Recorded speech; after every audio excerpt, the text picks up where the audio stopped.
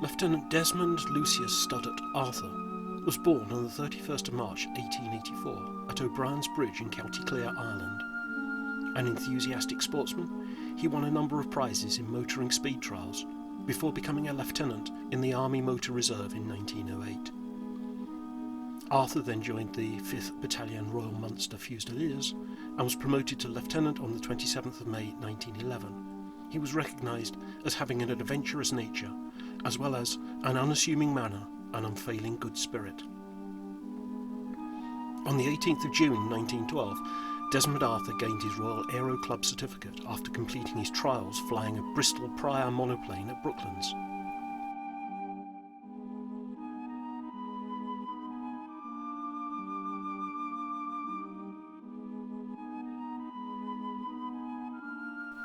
He joined No. 2 Squadron of the Royal Flying Corps based at Montrose on the 17th of April 1913.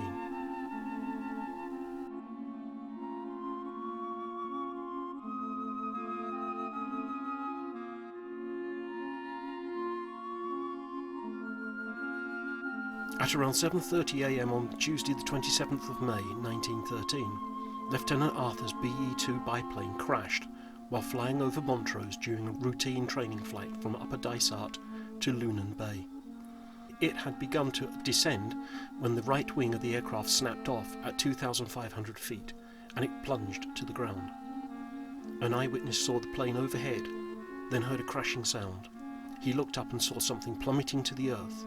It was a man, falling perfectly silently, the body perfectly straight, with the arms held directly above its head. The accident occurred near the old Lunan railway station. This was the first fatal accident to occur at Montrose, and Lieutenant Arthur has the dubious distinction of being the first Irishman to be killed in the Royal Flying Corps. His body was interred in Sleepy Hillock Cemetery in Montrose.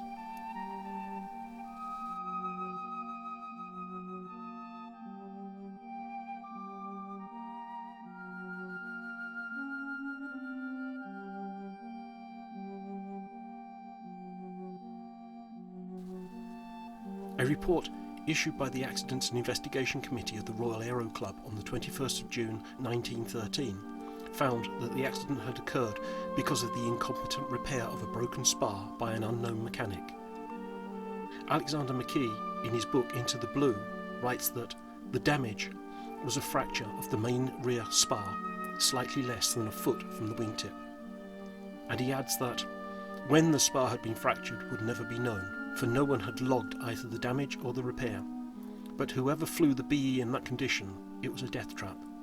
The brake had been repaired with a 7-inch long taper splice, so crudely made that the glue was only 1/8 of an inch thick in places, and the whipcord binding it had not been varnished or treated with cobbler's wax. The guilty workman had then covered over the weak point in the wing with new fabric, and he was in such a hurry that he did not match the new piece to the original fabric on the wing. A government inquiry into the death opened on the 11th of July 1913. In 1914, the MP William Joynson Hicks complained of a whitewash, and that the Secretary of State for War, Colonel Seeley, would not admit to the faulty repair. In 1916, more criticisms came from Noel Pemberton Billing an MP who in 1913 founded Pemberton Billing Limited, later to be better known as the Supermarine Aircraft Company. Pemberton Billing was also a former member of the Royal Naval Air Service.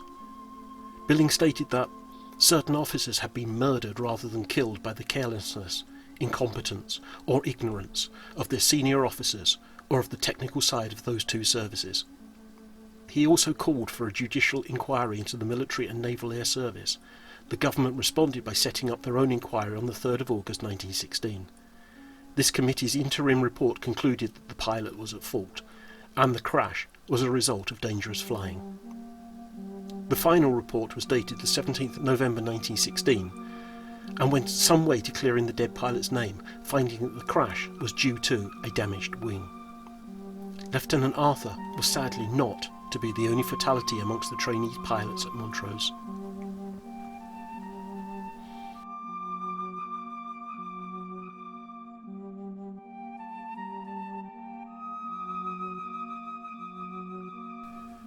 The first sighting of the Montrose Ghost, as it was later to be called, was by Major Cyril Foggin, a senior flying instructor at the airfield, who, one evening, when he was making his way to the mess, saw a figure going the same way as himself, which vanished when it reached the door. He put the sighting down to overwork and did not initially communicate it for fear that he would jeopardise his position.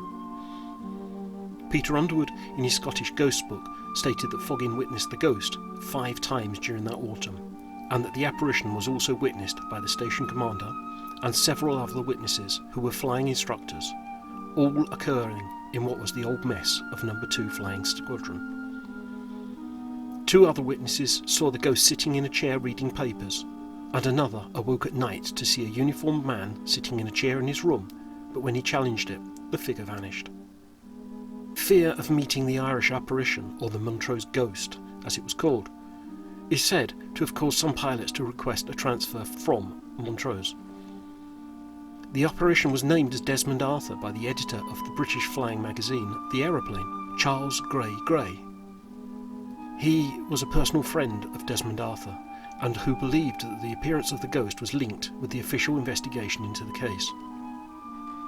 What was believed to be the last sighting of the apparition occurred on the 17th of January 1917, not long after the subsequent inquiry exonerated Lieutenant Arthur.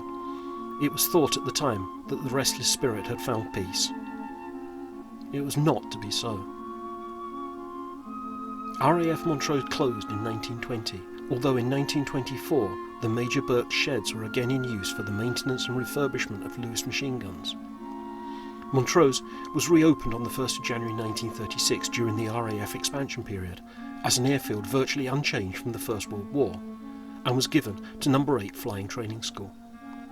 There are many mystifying apparitions and phenomena recorded from the period between reopening and the station closing on the 4th of June 1952, and indeed beyond.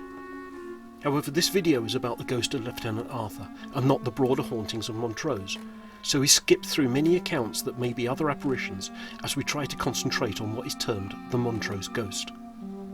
And so we arrive at the account, written about by Peter Underwood and others, of a hurricane pilot who took to the air in 1940 to challenge a prowling Heinkel. He didn't find it, but he made a number of abortive attempts at landing before finally touching down safely.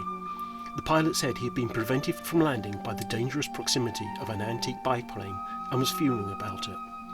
Peter Underwood writes in his book Scottish Ghosts, "Some madman in a biplane balked me just as I was touching down, a thing like a tiger moth." The station commander assured him that nobody else was flying that night and there were no biplanes on the base. And then skipping a number of reported apparitions during World War II, which are clearly not of Desmond Arthur, we arrive in the 1970s and the testimony of Sir Peter Masefield, the aviation journalist and former chairman of the British Airports Authority. Sir Peter wrote in Flight International for December the 21st, 1972, that as he was leaving Dulcross, Inverness Airport, he was approached by an Irishman who asked for a lift in the rear seat of his Chipmunk aircraft. He agreed, and so he took off with his passenger. As the Chipmunk approached Montrose, Masefield encountered an ancient biplane flying over the old airfield and saw its wing collapse and the pilot fall from the cockpit. There was a cry from his passenger, but when Masefield turned round, there was no one in the cockpit. Badly shaken, he landed at Montrose to discover there was no aircraft nor crash site. The date of this encounter was the 27th of May 1963, 50 years since Desmond Arthur's fatal accident.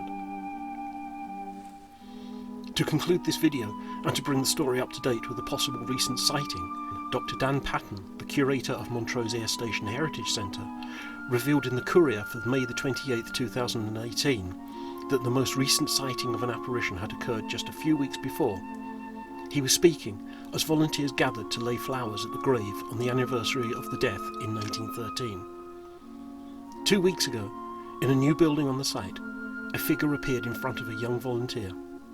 This figure was dressed in old-fashioned flying gear, much like a figure who was seen emerging from a mist and walking straight through a wall in the old headquarters building 2 years before. So, does Lieutenant Desmond Arthur still haunt Montrose? Or is this one of the many other pilots who have died there? Possibly we shall never know. All we can say is that former RAF Montrose is still very haunted.